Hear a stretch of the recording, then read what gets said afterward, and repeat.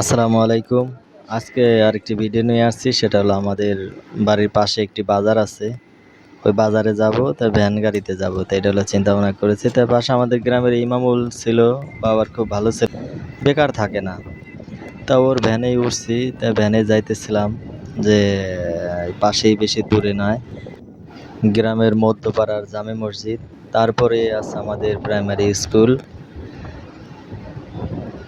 তা মসজিদের কাজ চলতেছে, আলহামদুলিল্লাহ অনেকটাই আগায় গেছে। যাই হোক, সকালে বাড়ি থেকে আসছি যে ভ্যানেই যাব। তা ওই ভ্যানে এখানে আসার পরে, আমাদের রাস্তায় আসার পরে এখানে দুইটা দোকান আছে, এখানে সবসময় কম বেশি ভ্যান পাওয়া যায়। তা আসার পরে ইমামুলকে দেখলাম। তো কখনো বেকার থাকে না, যখন যেটা পায় সেটাই করে। তো এখন দেখলাম যে ভ্যান চালাইতেছে। আসলেও ছেলেটাও অনেক ভালো, কিন্তু ওর আব্বা বিদেশে থাকাকালীনই মারা গেছে। তাই আসার পরে ওকেও পাইলাম, যে ওই এখন সংসারে হাল ধরেছে। তারপরে যখন যেটা পায় সেটাই করে, বেকার থাকে না। তাই আমাদের এখান থেকে ভ্যানে পাঁচ 5 মিনিট, হয়তো 5-7 মিনিট লাগে। যাই হোক, আমরাও বাজারে চলে আসছি। তাই বাজারে প্রায় চলে আসছি, সেটা হলো আমাদের চাঁদপুর ইউনিয়নের দোপাডাঙ্গা এই বাজারটা। প্রতিদিন সকালেই বাজার বসে, সব কিছু তরতাজা। এই যে মাছগুলো দেখতে পাচ্ছেন, এই মাছগুলো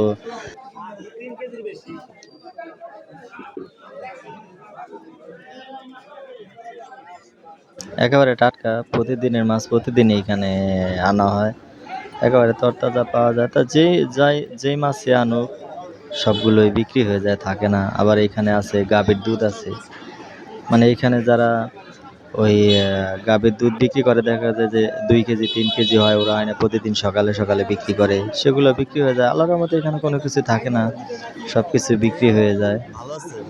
তার কারণে এখানে সব কিছুই তো টাটকা জিনিস পাওয়া যায়। তারপরে মাঝে মধ্যে ইলিশ মাছও পাওয়া যায় এখানে, মাঝে মধ্যে ইলিশ মাছ পাওয়া যায়, ইলিশ মাছও আসে, কেনাকাটা হয়, মোটামুটি যাই আসুক। আর এখানে বিভিন্ন জায়গা থেকে লোকজন আসে।